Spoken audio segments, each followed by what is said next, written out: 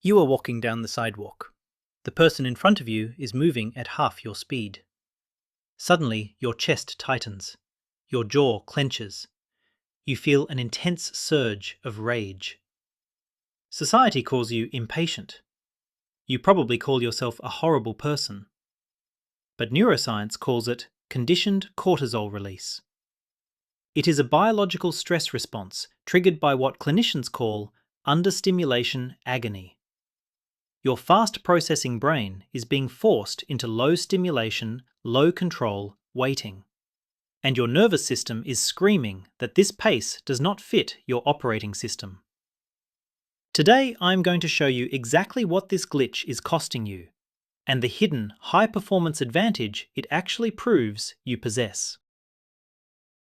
Think about the last time you were stuck in a seemingly endless grocery store checkout line, or watching a digital buffering wheel spin indefinitely on your screen.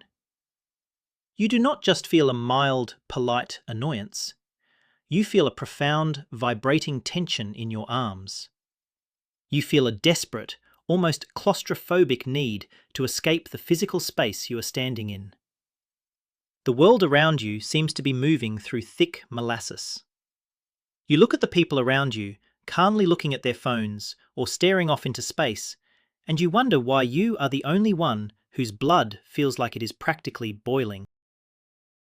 The prevailing narrative in our culture is that patience is a virtue, which implicitly means that impatience is a moral failing. When you sigh heavily, shift your weight, or feel that internal scream building up, the world tells you that you are entitled. They say you are demanding. They tell you that you just need to take a deep breath and learn to wait your turn. Over time, you internalize this judgment. You start to believe that your inability to tolerate slow environments means you lack emotional regulation. You start to think there is something fundamentally wrong with your character. But what if everything you have been told about your impatience is entirely backward? What if this intense, uncomfortable reaction has absolutely nothing to do with your morality, your kindness, or your level of entitlement? I want you to completely discard the idea that you are just a cranky, intolerant person. Instead, we're going to look at this through the lens of pure neurology. We're going to examine the exact mechanics of a hyper-efficient, high-velocity operating system that is violently glitching because it has been suddenly forced into a low-speed, low-control environment. Psychologists frame this specific brand of impatience not as a personality flaw, but as a highly specialized stress reaction. A recent 2025 psychological overview on the nature of impatience states very clearly that at its core, impatience is a profound stress response. When you are waiting and things are not going according to your internal plan or timeline, it does not just annoy your conscious mind, it directly triggers your primal fight or flight system. Your brain perceives the delay as a threat to your autonomy, and it immediately begins releasing stress hormones like cortisol and adrenaline. Those hormones are incredibly adaptive if you are actually escaping real danger. If a predator is chasing you, cortisol and adrenaline are your best friends. They flood your muscles with energy, sharpen your vision, and prepare your body for explosive, life-saving action. But they feel absolutely awful when you are trapped in a slow-moving line at the post office, or when you are trapped behind a wall of slow-moving pedestrians. Your body is biologically primed to fight or flee, but social conventions demand that you stand perfectly still and quiet.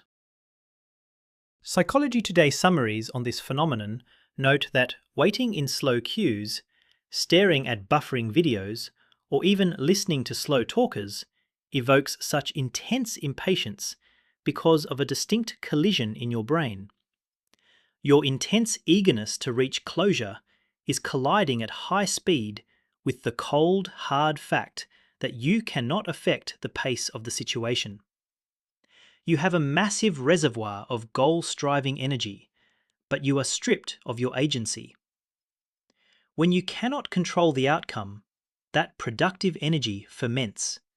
It turns toxic, mutating directly into intense frustration. This brings us to a crucial psychological concept known as the goal gradient effect. The goal gradient effect is a principle that states that as you get closer to a desired goal, your motivation and your urgent urge to act spike dramatically. Think about watching a progress bar on a massive file download. When it is at 10%, you can walk away and ignore it. But when that progress bar hits 98%, you are glued to the screen. Your brain is anticipating the immediate dopamine release of task completion, and it is ramping up your internal engine to cross the finish line. Now apply that goal gradient effect to waiting for a bus that you can see slowly approaching down the street, or standing third in line at a checkout. You are incredibly close to the goal of moving on with your life. Your motivation to act has spiked to its absolute maximum capacity. But when you are artificially prevented from acting, when you are physically trapped behind an obstacle, that immense buildup of kinetic energy has literally nowhere to go. It bounces around inside your nervous system like a trapped bird, and it manifests as extreme irritability. So I want you to really hear this. That physical spike you feel, that agonizingly tight chest, that clenched jaw, that overwhelming urge to push someone or just scream out loud, that is your action system firing with absolutely no valid outlet. It is not random anger. It is not a sign that you are a naturally aggressive or unkind person. It is a sign that your neurological engine is revving in the red zone and the transmission is stuck in neutral. If you have spent your life feeling guilty for this hidden rage, I want you to hit subscribe right now. You have just found your people. But there is a deeper, profoundly darker reason why some of you experience this specific type of rage. It goes far beyond just the stress of a goal gradient mismatch. We have to talk about understimulation, the pain of boredom, and the fragile economy of your brain's dopamine supply. For a specific subset of high-processing brains, low-stimulation situations are not just dull or annoying. They are, in a very literal, clinical sense, neurologically painful. Your brain is starving, and it is using pain to beg you for sustenance. Writers and clinicians who specialize in ADHD and neurodivergent processing describe boredom in a way that most neurotypical people simply do not understand. They describe it as a neurological signal that the brain is desperately craving stimulation. It is deeply linked to dopamine imbalances in the brain. Dopamine is the neurotransmitter responsible for reward, motivation, and engagement. When routine or unstimulating tasks fail to trigger enough dopamine, those tasks feel significantly more challenging. They feel impossibly heavy, intensely draining, and ultimately deeply frustrating. For individuals with these high-velocity, dopamine-hungry brains, boredom becomes almost unbearable. It is an itch inside your skull that you cannot scratch. An article exploring the intersection of autism and ADHD explains this through the concept of optimal stimulation. Every human brain has a baseline level of stimulation required to function comfortably. But many neurodivergent or fast-processing brains run chronically under-aroused in boring, low-stimulation environments. Their baseline is set much higher than the average person walking around them. Because your brain is running chronically under-aroused, in that slow-moving line, your nervous system attempts to self-correct. It begins aggressively seeking out movement, novelty, urgency, or intensity just to stay awake. In this state, boredom stops feeling like peaceful downtime. Instead, it feels like blaring internal alarm bells. It triggers a profound physical restlessness, a sharp spike in irritation, escape behaviors, and frantic dopamine chasing.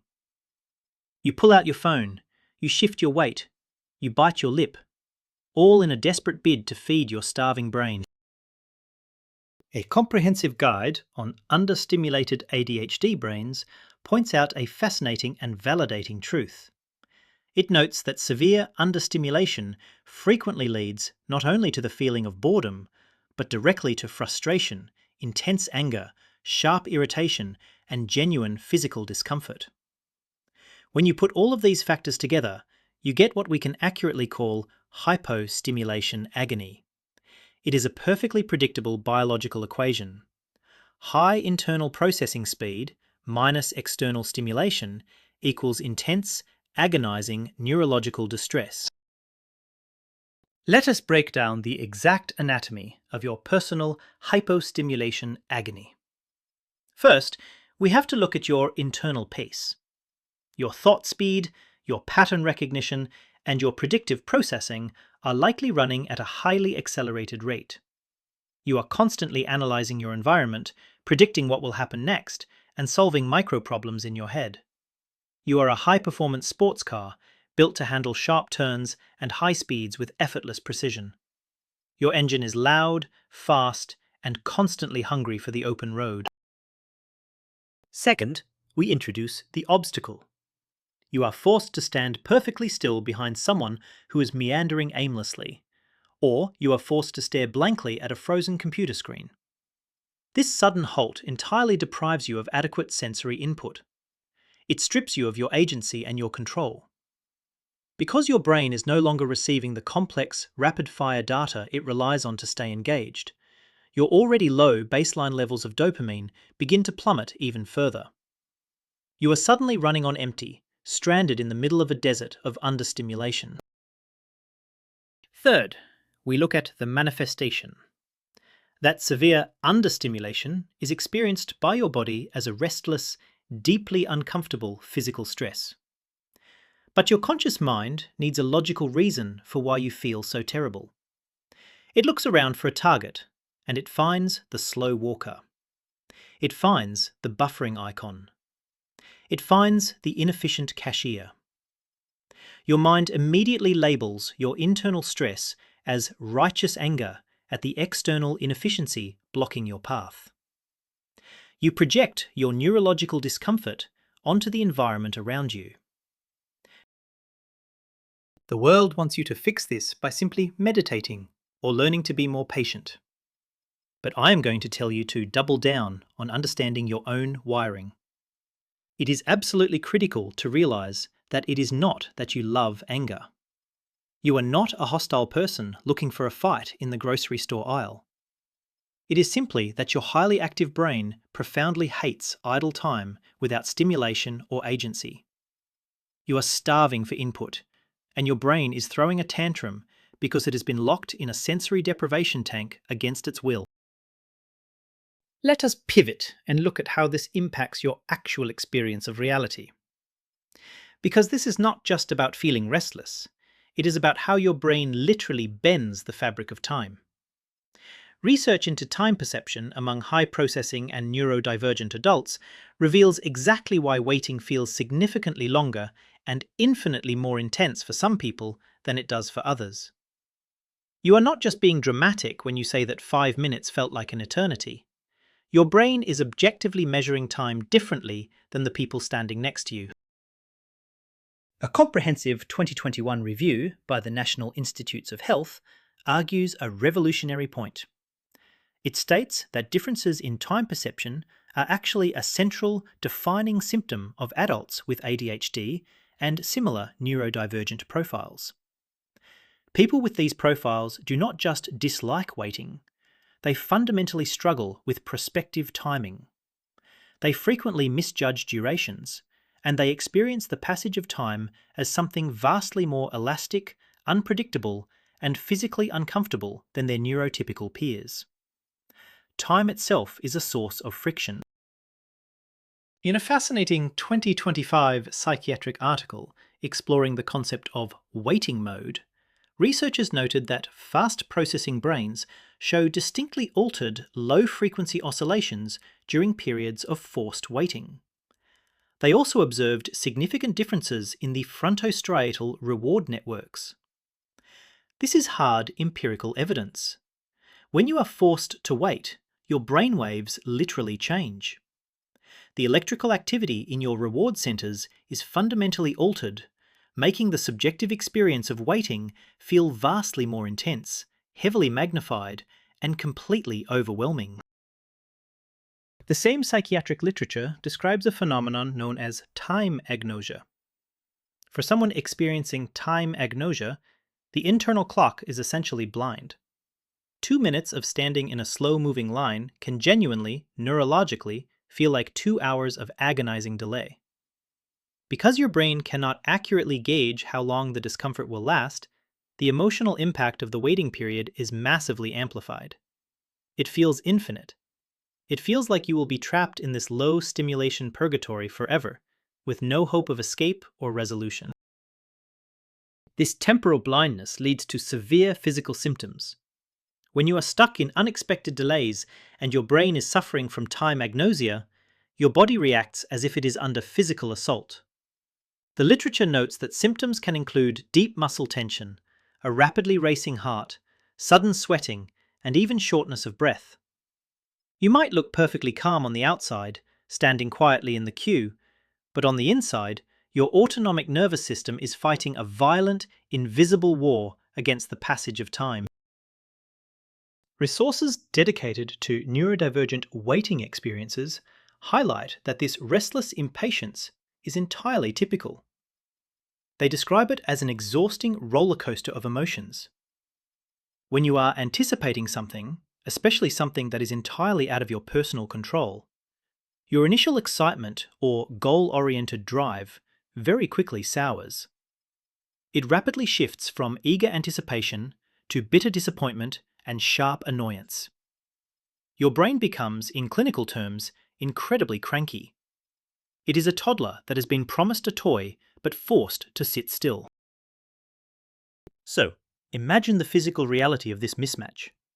You are being forced by society, by a slow walker, or by a buffering internet connection to move at a painfully slow 10 miles per hour.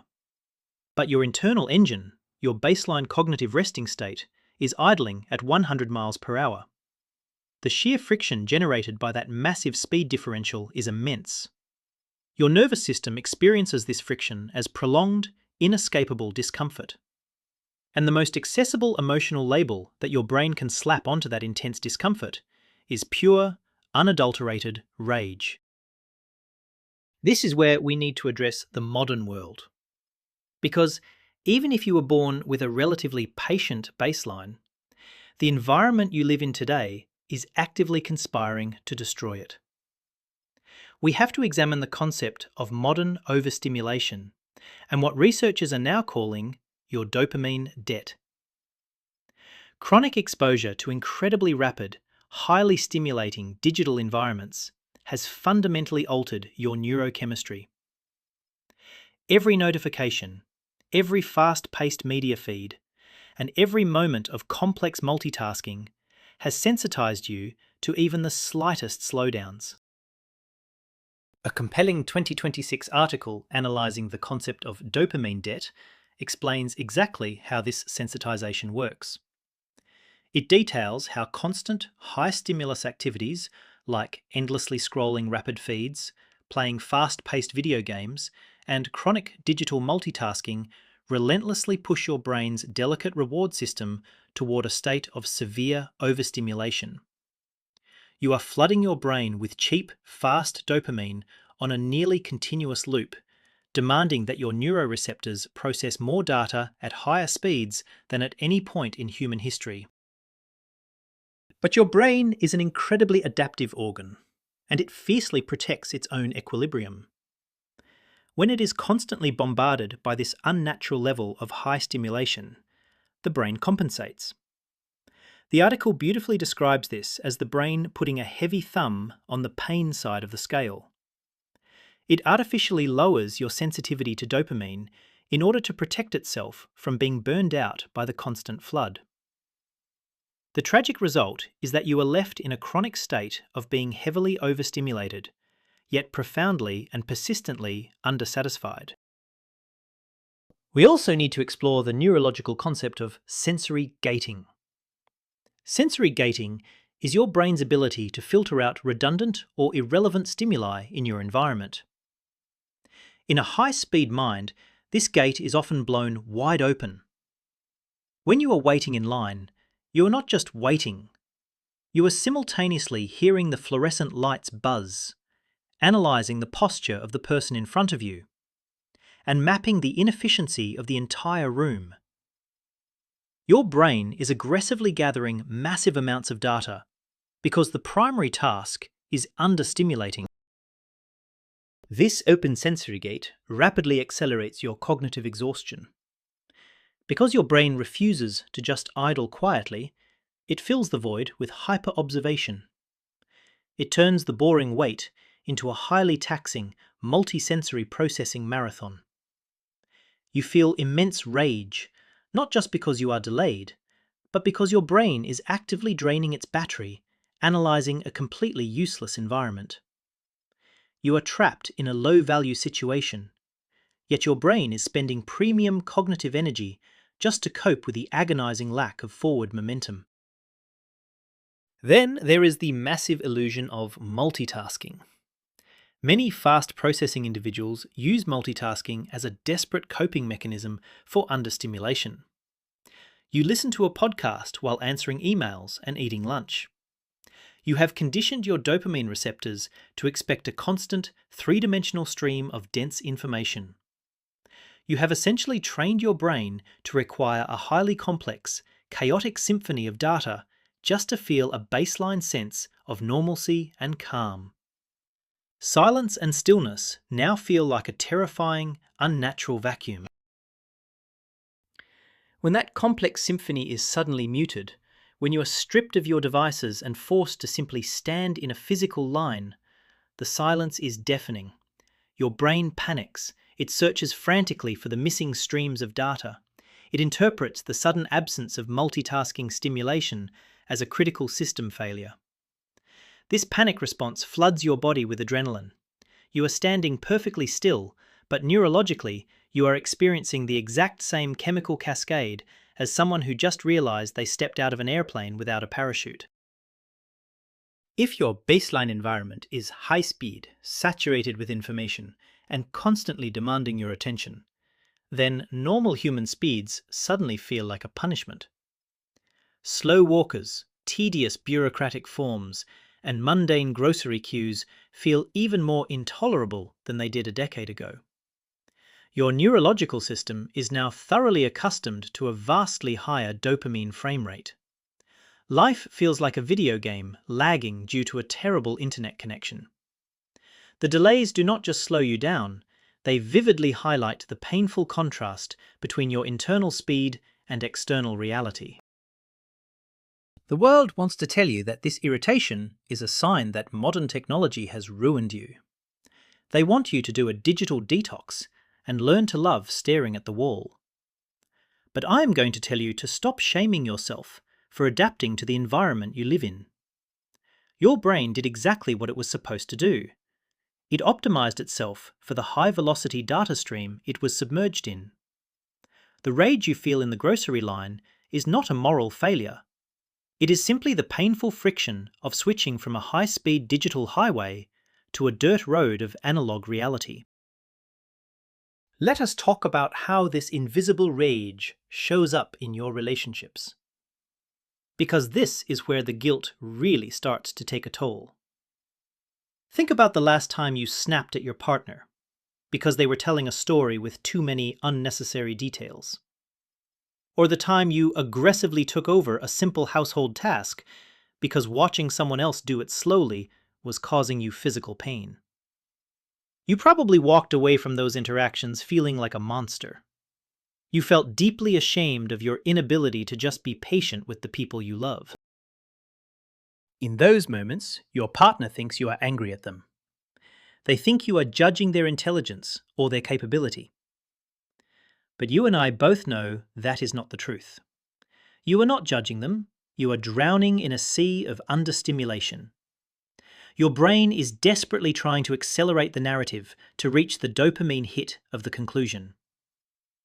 When they pause to remember a minor detail, your cognitive engine revs into the red zone, desperate for the payoff.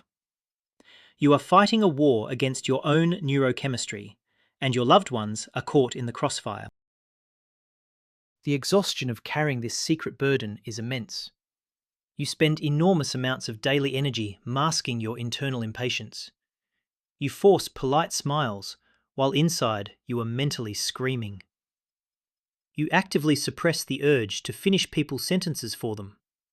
You physically bite your tongue to keep from pointing out the glaringly obvious, faster way to do things.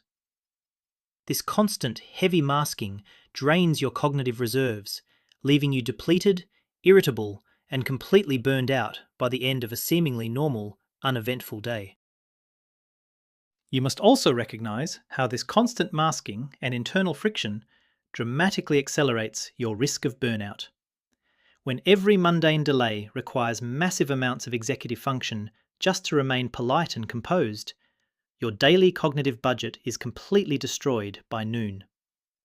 You are spending your most valuable mental energy fighting your own biology in the grocery store aisle.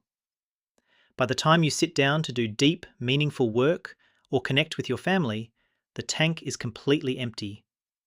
The rage has entirely consumed your energetic reserves. This is why validating your internal experience is not just a nice, comforting thought. It is a critical survival strategy for your mental health. When you stop fighting the reality of your fast-processing brain, you stop wasting precious executive function on shame and forced patience. You stop trying to cram your high-velocity mind into a socially acceptable, slow-moving box.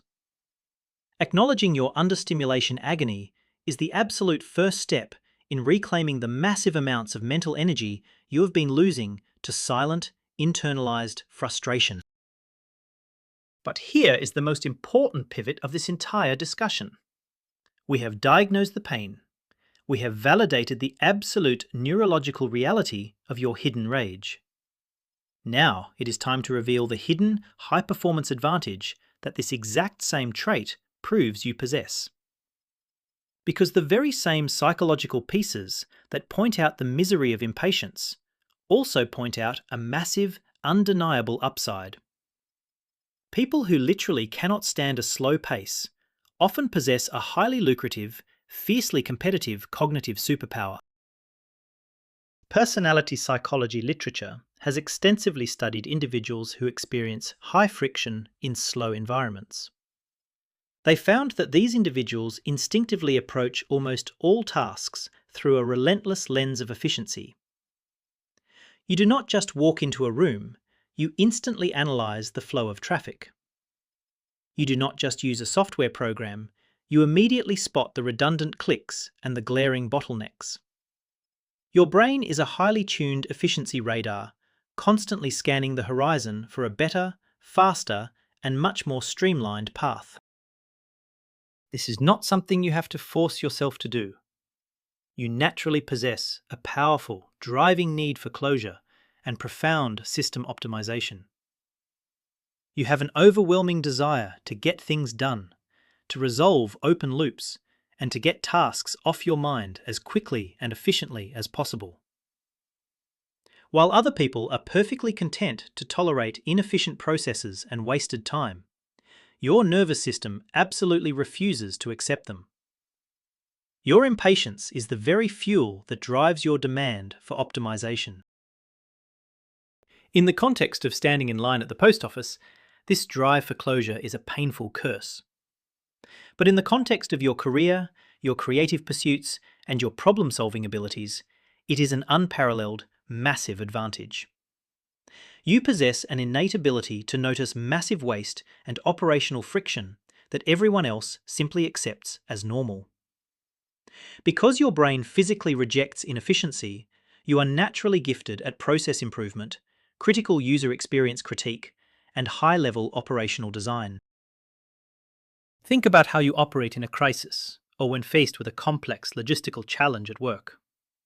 You solve problems incredibly quickly, precisely because mentally waiting around feels so inherently wrong to your nervous system. You do not sit back and wait for someone else to figure it out. Your brain aggressively pushes for faster routes, eliminates unnecessary steps, and constantly architects better systems. Your inability to tolerate a slow pace forces you to become an elite, high-velocity innovator in any environment you enter.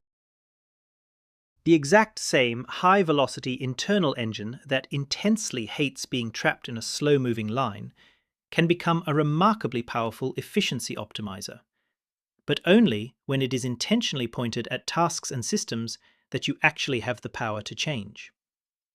The grocery store queue is out of your control, which is why it generates rage.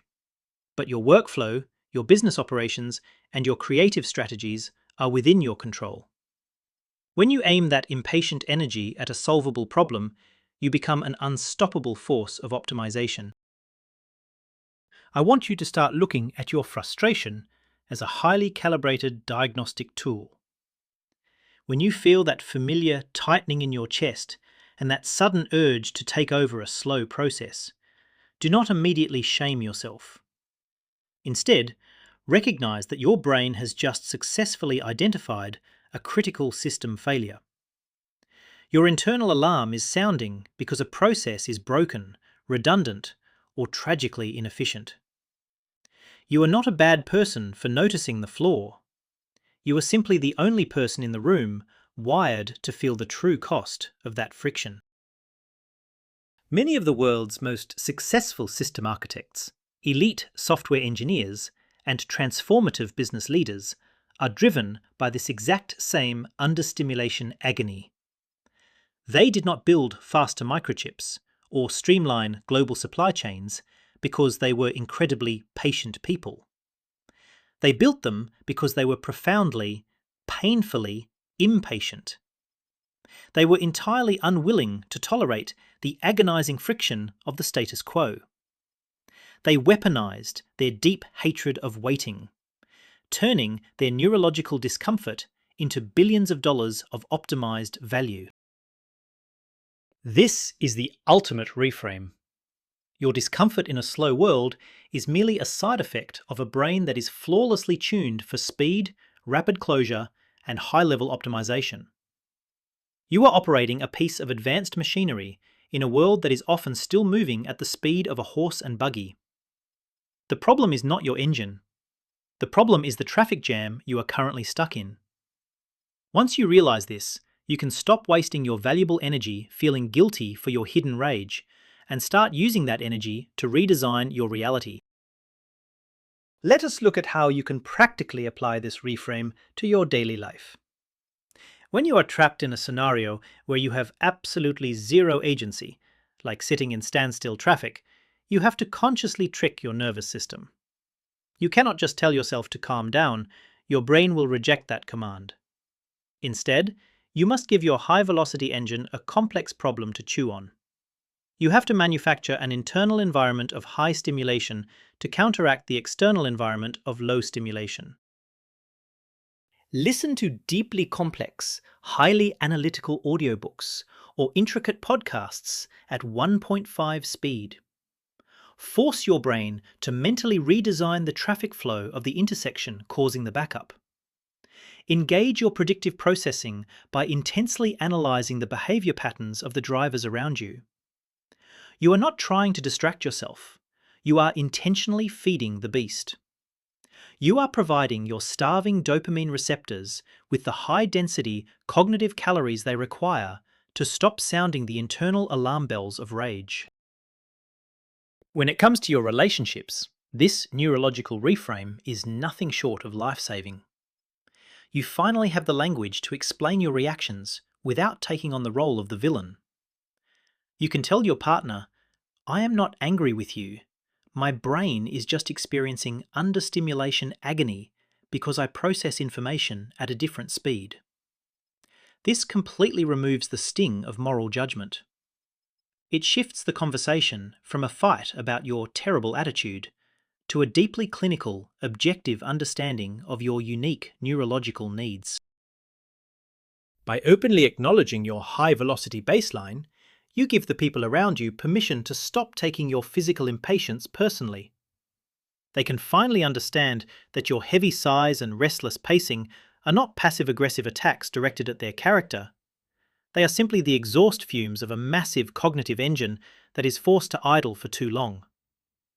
This shared understanding fundamentally transforms tension into profound empathy. It allows you to ask for the faster pacing you need without sounding cruel or overly demanding. In the workplace, you must actively advocate to be placed in roles that require rapid pivots and intense crisis management. You will miserably fail in roles that require endless, slow-moving, bureaucratic maintenance. You will slowly wither away in a cubicle where your only task is to monitor a static, unchanging system. You must relentlessly seek out environments that match your internal frame rate. You belong on the front lines of problem solving, in the war room, or leading the rapid prototyping of brand new, highly complex initiatives. The world desperately needs people who are deeply allergic to inefficiency. We need people who look at a bloated, 3-hour corporate meeting and feel a visceral, physical sickness. Because those are the exact same people who will eventually invent the streamlined protocol that permanently replaces that miserable meeting. Society relies on your impatience to drive progress. We rely on your absolute refusal to accept that things just take time. Your underlying irritation is the essential spark that constantly pushes human innovation forward.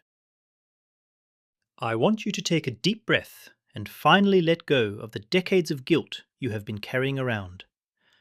The world has consistently called you lazy for hating tedious tasks. They have called you entitled for demanding faster service. They have called you dramatic for feeling physical pain while waiting in line. But the world was fundamentally wrong. They were judging a high-performance sports car for being terrible at ploughing a field. They were measuring your worth using a metric that was completely irrelevant to your actual, brilliant design. You are not fundamentally broken. You are not a bad person with a deeply flawed moral compass. You are simply wired differently. You were built for depth, built for incredible speed, and built for relentless optimization. The world around you is largely constructed for the average, the patient, and the slow-moving. But you were designed to shatter those averages. Your impatience is not a sickness to be cured. It is a highly specialized compass, pointing you exactly toward the broken systems you were born to completely revolutionize and optimize. The next time you feel that sudden surge of rage bubbling up behind a slow walker, do not suppress it with shame. Feel the raw power of that kinetic energy.